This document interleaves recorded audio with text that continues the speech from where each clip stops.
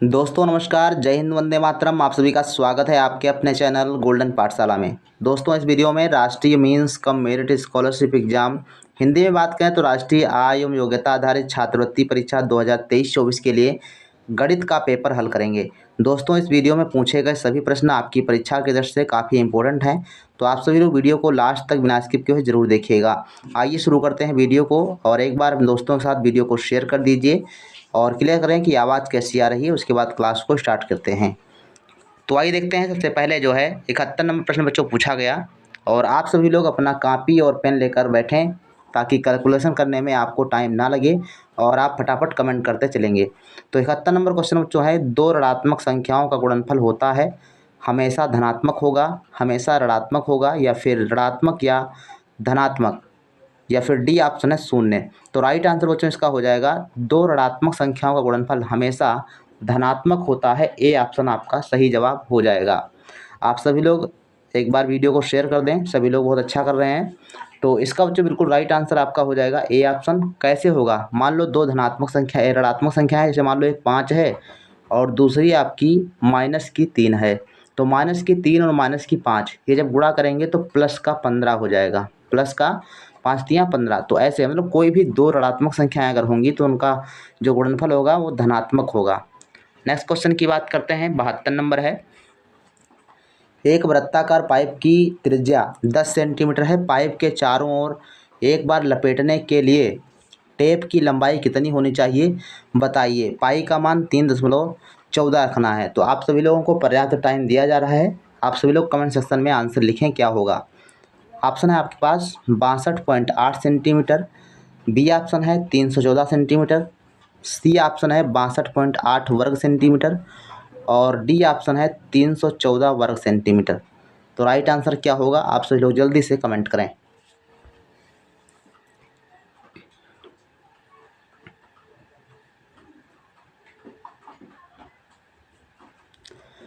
तो 72 का बच्चों राइट आंसर हो जाएगा ए ऑप्शन 62.8 सेंटीमीटर, क्योंकि यहाँ पर टेप की लंबाई पूछी जा रही है।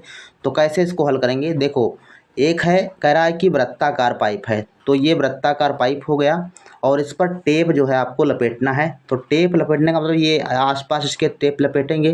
तो टेप लपेटने का मतलब है कि वृत्त की परिधि ज्ञात करना है आपको। क्या ज्ञात करना है, परिधि। टेप की लंबाई बराबर क्या हो जाएगा, परिधि की लंबाई हो जाएगा। तो आप वृत्त की परिधि निकाल लीजिए, राइट आंसर आपका आ जाएगा। तो परिधि के लिए सूत्र क्या होता है, 2πr। क्या होता है, 2πr, ये फार्मूला आपका होता है। अब यहाँ पर 2 रखेंगे, गुणा में पाई का मान 22/7 नहीं रखना है, 3.14 रखना है। ठीक, 3.14। और इसके बाद गुणे आर का मान, यहाँ पर देखो 10 सेंटीमीटर त्रिज्या दी रखी है, तो 10 से आप गुणा कर दीजिएगा। अब इसको जब आप गुणा करेंगे तो आपका आंसर देखो निकल के आ जाएगा। 2 का गुणा 4 में कर दीजिए, 2 दूनी 4, 4 दूनी 8 हो जाएगा, 2 एक कम 2 और 2 तियाँ 6, तो 628 आएगा और दशमलव आपका 2 अंक पर। ठीक, तो इतना हो जाएगा। गुणा जब 10 से करेंगे तो आपका राइट आंसर निकल के आएगा 62.8 सेंटीमीटर।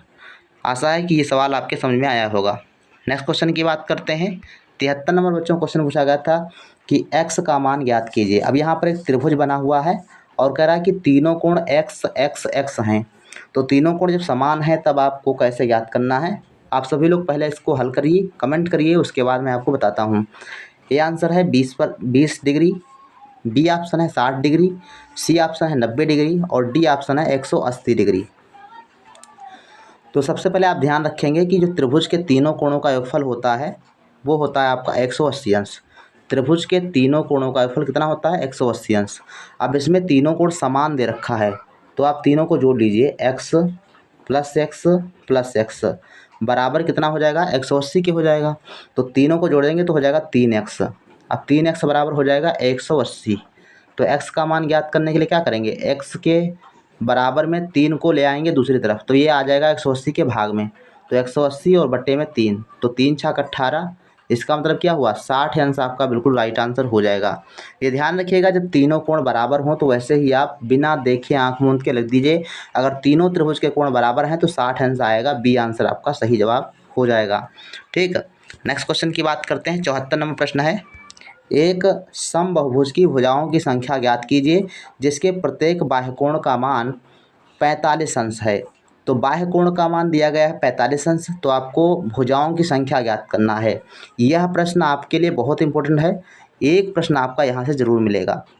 तो आप सभी लोग लगाइए क्वेश्चन को, उसके बाद जो है कमेंट करिए। ए ऑप्शन है 5, बी ऑप्शन है 3, सी ऑप्शन है 4 और डी ऑप्शन है 8। चलिए इसको आप कैसे करेंगे, सूत्र मैं आपको बता दे रहा हूँ कि बाह्य कोण थीटा बराबर होता है, बाह्य कोण थीटा बराबर 360/n होता है, जहाँ n है आपकी बहुभुज की भुजाओं की संख्या। ठीक, अब यहाँ पर आप मान डाल दीजिए, बाह्य कोण 45 दिया गया है, तो आप थीटा बराबर 45 रख देंगे, बराबर 360 और बटे में आपका n आ जाएगा। अब आपको n का मान ज्ञात करना है, तो क्या करेंगे आप n को 45 के पास ले आइए और 45 को n के पास ले आइए। ठीक, मतलब आप इसको इस प्रकार से ले सकते हैं, n बराबर 360/45। इसको आप काट दीजिए, राइट आंसर आपका मिल जाएगा। पहले 9 से काटते हैं, 9 पचे 45, 9 चौक 36, यहाँ पे 40 आ जाएगा। 5 से फिर से काट दीजिए, 5 कम 5 और 5 बटे 40, तो n बराबर कितना आएगा 8। डी आंसर आपका सही जवाब हो जाएगा। 75 नंबर प्रश्न है, एक पासे को फेंका जाता है तब एक सम अभाज्य संख्या प्राप्त होने की प्रायिकता क्या है। इसका राइट आंसर क्या है, आप सभी लोग कमेंट सेक्शन में लिखिएगा। पासा से संबंधित आपका एक प्रश्न, यानी जो प्रायिकता है इससे संबंधित आपका एक प्रश्न जरूर पूछेगा, तो इस चैप्टर को आप अच्छे से पढ़ लीजिएगा। देखो इसमें कह रहा है कि सम अभाज्य संख्या प्राप्त होने की प्रायिकता, तो सम और अभाज्य संख्या होनी चाहिए। तो पहले देख लेते हैं कि पासे पर 6 फलक होते हैं, 1 से लेकर 6 तक, 1 2 3 4 5 और 6। ठीक, तो 2 2 4 6 फलक हो गए। अब कह रहा है कि सम अभाज्य संख्या प्राप्त होने की प्रायिकता, तो सम और अभाज्य संख्या क्यों एक ही है आपकी 2। ठीक, तो कहने का तात्पर्य ये है, जो अनुकूल दशाएं आपकी हैं, अनुकूल जो संभावनाएं हैं वो 1 है, और प्रतिकूल संभावनाएं मतलब कुल संभावनाओं की संख्या कितनी है 6, तो 1/6 आपका आंसर बिल्कुल सही जवाब हो जाएगा। राइट आंसर है ए ऑप्शन। नेक्स्ट की बात करते हैं, 76 नंबर क्वेश्चन कह रहा है कि एक पाइथागोरस त्रिक ज्ञात कीजिए जिसकी एक संख्या 12 है। अब ये प्रश्न हमने वर्गमूल की जब प्रैक्टिस की थी तो उसमें आपको बताया था, तो आप बताइए राइट आंसर क्या होगा। ऑप्शन है 12 24 36, बी ऑप्शन है 12 35 37 और सी ऑप्शन है 12 15 18। डी आंसर है 12 36 और 37।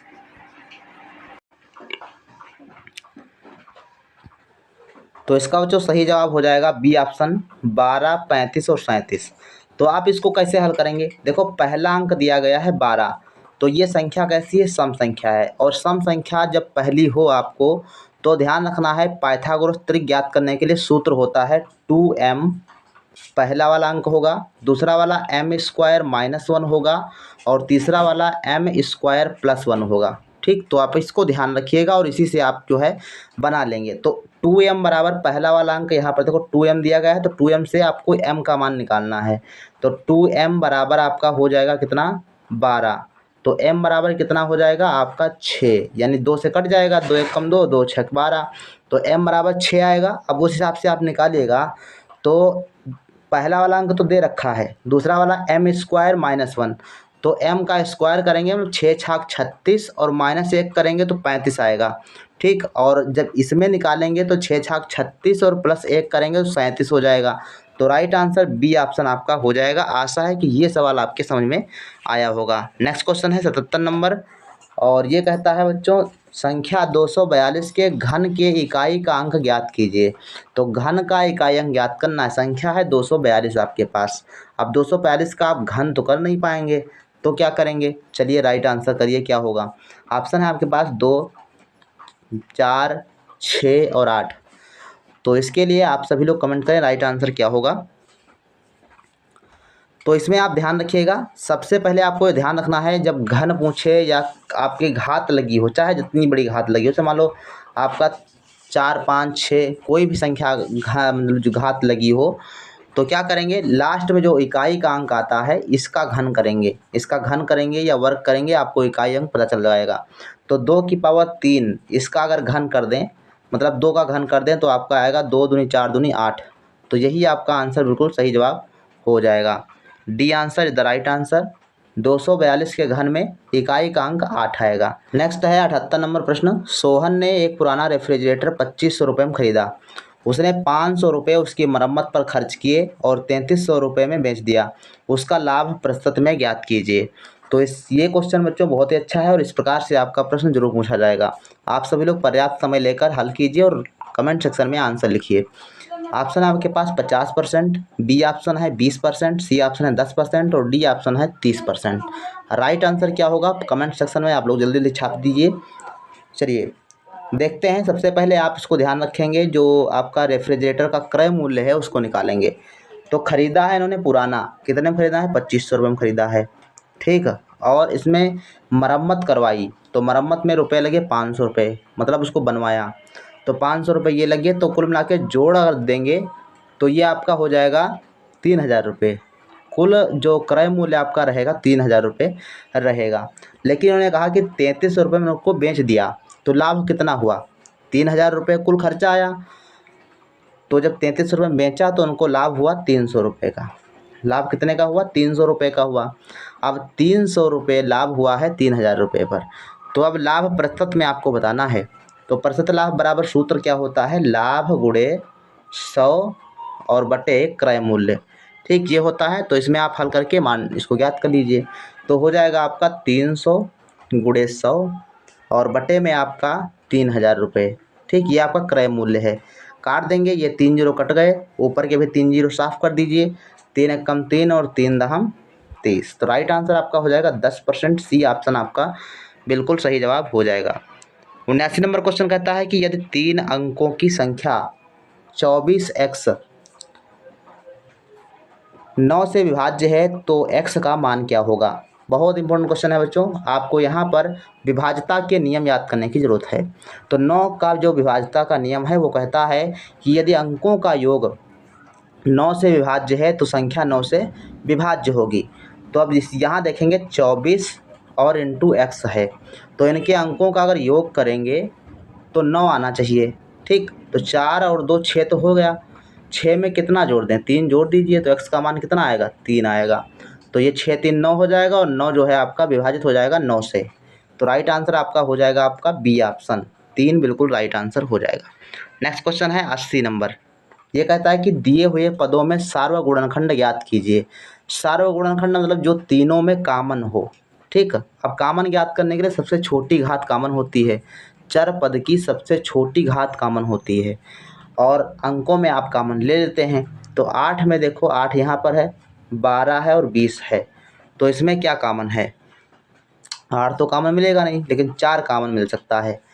4 है तो 4 आपका कॉमन हो गया। पहली बात तो माइनस है नहीं, तो माइनस नहीं लिखेंगे, 4 आपका हो गया। और फिर देखो a की पावर 4 है, a की पावर आपका यहाँ पर 2 है, पहले वाले में, दूसरे वाले में 4 है, तीसरे वाले में 3 है। तो a की पावर आपकी 2 कॉमन होगी, ठीक, क्योंकि सबसे छोटी घात कॉमन लेना है। b की पावर 4 है, b की पावर b है, केवल एक ही b है, और इसी में देखो b की पावर 4 है, तो इसमें b की पावर कितनी कॉमन हो जाएगी? 1, ठीक। यानी b की पावर छोटी घात वाली b है केवल। और c देखो इसमें आपका तीसरे वाले में c है ही नहीं, तो c कॉमन नहीं मिलेगा। तो राइट आंसर आपका हो जाएगा 4a²b। तो राइट आंसर डी ऑप्शन हो जाएगा, बिल्कुल सही जवाब है। नेक्स्ट क्वेश्चन है 81 नंबर। x² - 2yx + y² का मान ज्ञात कीजिए जबकि x बराबर 1 y बराबर 2 हो। चलिए इसको हल करिए और राइट आंसर क्या है आप लोग बनाइए। इसमें कुछ नहीं करना है, x बराबर जहाँ पर x हो वहाँ पर 1 डाल दीजिए, जहाँ पर y है वहाँ पर 2 डाल दीजिए और हल कर लीजिए, राइट आंसर आ जाएगा।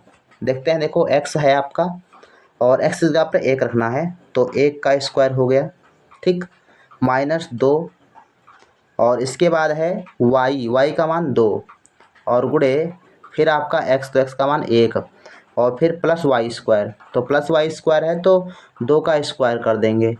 अब इसको आप हल कर लीजिए, तो पहले आगे हो जाएगा 1 और 2 दूनी 4 सॉरी, ये हो जाएगा 2 दूनी 4 माइनस का, और इधर आपका ये 2 दूनी 4 प्लस का हो जाएगा। तो 1 4 प्लस का 1 माइनस का तो कट जाएगा। तो ए का आंसर आपका आएगा ए ऑप्शन, बिल्कुल सही जवाब हो जाएगा। 82 नंबर क्वेश्चन क्या है? निम्नलिखित में से कौन सा एक समबहुलक है? समबहुलक कौन सा है? घनाभ, त्रिभुजाकार प्रिज्म, घन या वर्ग आधार वाला प्रिज्म। तो इसमें बच्चों राइट आंसर है सी ऑप्शन। घन जो होता है वो एक समबहुलक होता है। 82 के बाद 83 नंबर क्वेश्चन है। एक समचतुर्भुज का क्षेत्रफल 240 वर्ग सेंटीमीटर है। विकर्णों में से एक की लंबाई 16 सेंटीमीटर है। दूसरे विकर्ण की लंबाई क्या होगी?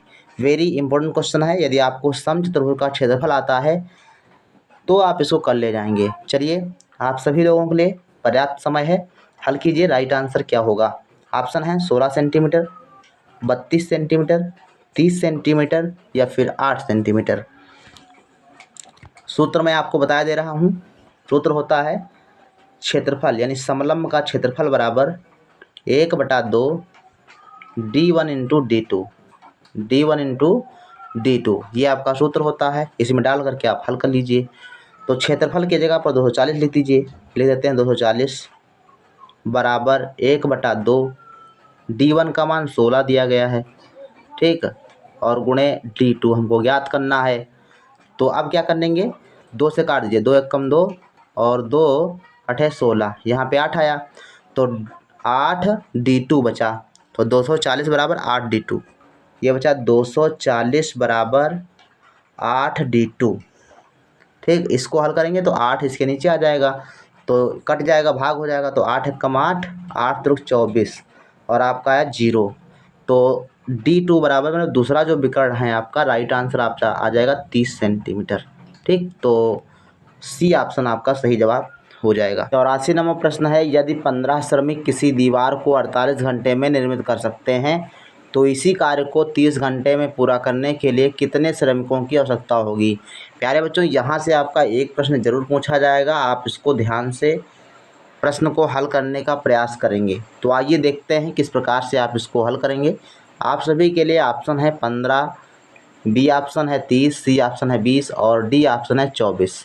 तो मैं इसे आपको बताऊंगा अनुपात समानुपात के नियम से आप कैसे इसको हल कर पाएंगे।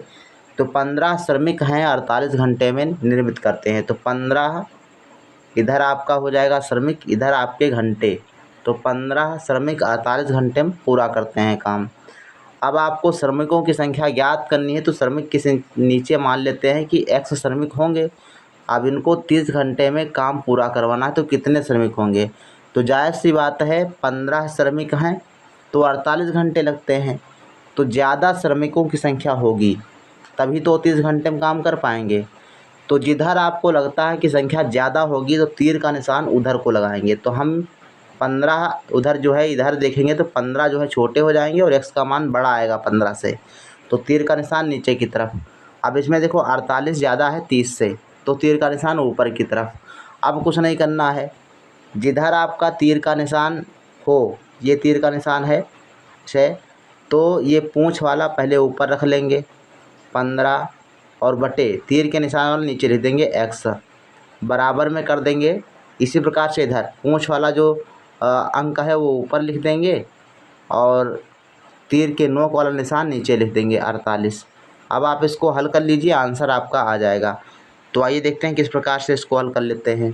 तो यह हो जाएगा आपका 15/x बराबर, ये हो जाएगा 30 बटा में आपका 48। इसको हल करेंगे तो आपका आंसर आ जाएगा, ये हो जाएगा 30 × 30, x बराबर 15 × 48, ठीक, 15 × 48 हो जाएगा।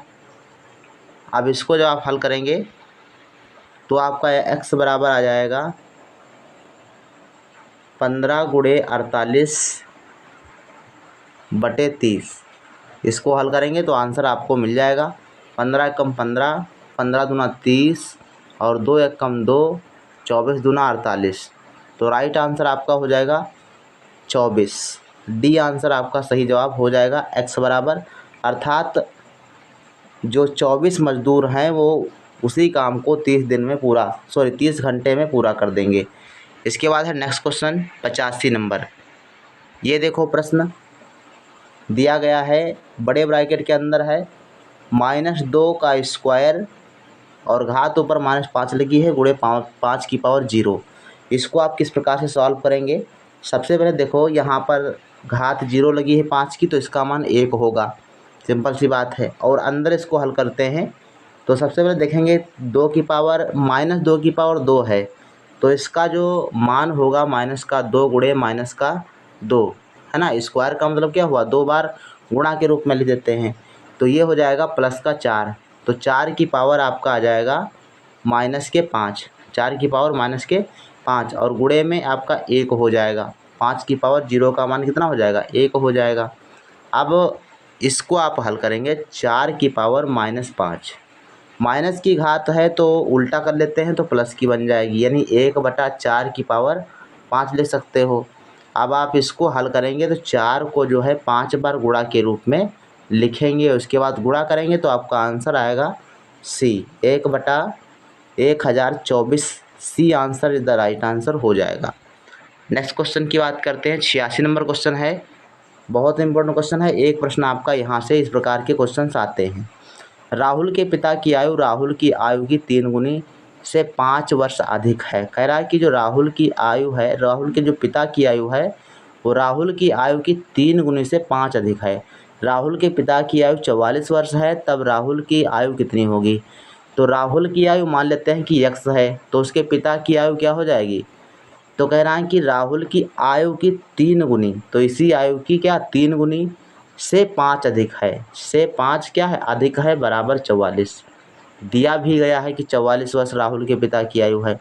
अब इसको आप हल कर लेंगे तो आपका 3x बराबर, ये 5 उधर जाएगा तो घट जाएगा तो बचेगा 39, और 3 एकम 3, 13 तिया 39, तो x बराबर आएगा 13। तो राइट आंसर आपका हो जाएगा सी ऑप्शन, बिल्कुल C option is the right answer. Next question, इसको आप लोग करें, राइट आंसर क्या होगा 87 नंबर के लिए। 87 नंबर में कह रहा है कि x + y + z का मान ज्ञात कीजिए। अब यहाँ से आप देखो, चित्र आपको दिखाई दे रहा है, तो आप सभी जानते हैं कि एक सरल रेखा पर जो है कोण कौन सा बनता है, 180 अंश का बनता है। अब इसमें आपको मान लो 2 भाग किए गए हैं, तो 1 भाग और ये वाला भाग दोनों मिला के 180 होंगे, तो इसी आधार पर इसको हल करेंगे और आ भी जाएगा। सबसे पहले आपको ये वाला कोण ज्ञात करने की ज़रूरत है। कैसे ज्ञात करेंगे, त्रिभुज के तीनों कोणों का योगफल कितना होता है, 180 अंश। तो ये 2 कोणों का योगफल 180 से घटा दीजिए तो आपको ये वाला कोण मालूम हो जाएगा। तो 90 और 30 कितना हुआ, 9 3 12, 120 हुआ। 180 से अगर 120 घटाएंगे तो आएगा 60 अंश, ठीक है। तो 60 अंश आपका ये वाला मान 60 अंश हो जाएगा। अब जब ये 60 का हो जाएगा तो आपको z का मान ज्ञात कर लेना है। तो ये 180 से 30 घटाइए तो कितना आएगा, 150 अंश ये वाला कोण आएगा। और ये वाला कोण आपका 90 से 180 से 90 घटेगा तो आपका ये वाला कोण 90 अंश आ जाएगा। और ये वाला 180 से जब आप 60 घटाएंगे तो 120 अंश आ जाएगा, ठीक। तो इस प्रकार से आप तीनों के मान जो है आपको मालूम हो गए, z का मान, x का मान और y का मान। तो सबको जोड़ देंगे तो राइट आंसर आपका बच्चों आ जाएगा 360 अंश, ठीक। तो ऐसे आप इसको हल करिएगा, राइट आंसर आपको मिल जाएगा। ये आपका बी ऑप्शन सही जवाब हो जाएगा। नेक्स्ट प्रश्न है 88 नंबर, और ये प्रश्न कहता है बच्चों, माइनस का xy + 4x³ minus 2x² + 6xy minus 2x³ + 4x² को सरल करने पर निम्न में से प्राप्त होगा। अब इसको हल करना है, जोड़ना घटाना कुछ भी है तो देख लेंगे। सजातीय पदों को जोड़ लेते हैं। तो यहाँ पर देखो सबसे बड़ी घात को पहले लेते हैं, तो सबसे बड़ी घात देखो 3 है तो 4x³ लिखा है, यहाँ पर 2x³ लिखा है। ये प्लस का है 4x³ और ये आपका 2x³ माइनस का है, तो घट जाएगा और घटेगा तो 2x³ बचेगा प्लस का, ठीक। अब पहले हमको मिल गया कि 2x³ आपका सबसे पहले होगा और 2x³ केवल आपका सी ऑप्शन में दिया गया है, तो यहीं पर आप समझ जाइए कि राइट आंसर आपका सी ऑप्शन होगा। ज़्यादा हल करने की ज़रूरत नहीं है। अगर आप हल करना चाहो तो हल कर लो। यहाँ पर देखो 4x² लिखा है और यहाँ पर 2x² लिखा है, तो घटेगा तो प्लस का 2x² बचेगा, ठीक। तो आपका देखो दूसरा वाला भी मिल रहा है और तीसरे वाले में क्या है, प्लस का xy है और माइनस का xy इधर है, तो घट जाएगा तो 5xy प्लस का बचेगा। तो राइट आंसर आपका सी ऑप्शन हो जाएगा। नेक्स्ट क्वेश्चन है 89 नंबर आयलर सूत्र है। अब ये आयलर सूत्र क्या है? ऑप्शन आपका है E plus V minus F बराबर 2, बी ऑप्शन है E plus F minus V बराबर 2, या फिर F plus V minus E बराबर 2। तो राइट आंसर आपका बिल्कुल सी ऑप्शन सही है। F plus V minus E बराबर 2 आपका आयलर सूत्र होता है।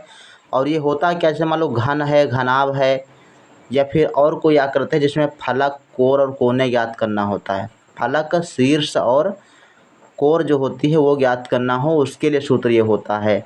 तो इसमें देखो फलक एफ आपको ज्ञात करना है, फेस यानी फलक की संख्या एफ होती है, और वी वर्टेक्स मतलब शीर्ष कितने हैं, शीर्ष कितने हैं तो वर्टेक्स हो जाता है अगर इनको जोड़ दिया जाए, और माइनस किनारे कर दिया जाए, किनारे मतलब एज, ठीक है, ई का मतलब एज, तो माइनस किनारे कर दो तो बराबर में 2 आने चाहिए। तो ये आपका सूत्र होता है, इसको ध्यान रखेंगे। एक प्रश्न आपका यहाँ से पूछा जा सकता है, कई बार बना भी है। 90 नंबर क्वेश्चन है, एक फूलदान का लागत मूल्य 120 रुपया है, यह दुकानदार इसे 10% हानि पर बेचता है तो उसका विक्रय मूल्य क्या होगा, यानी कितने रुपए में उसने बेचा है। तो देखो ये आपका है लागत मूल्य अर्थात क्रय मूल्य। लाभ या हानि जो होती है वो क्रय मूल्य पर ही निकाली जाती है। तो आप इसमें डायरेक्ट 10% हानि निकाल लीजिए। तो 120 रुपये का 10% निकालेंगे तो 120 गुणे 10/100। इसको आप जब हल करेंगे तो राइट आंसर आपका आ जाएगा 12 रुपये। तो यानी कि 12 रुपये हानि पर वो बेच रहा है।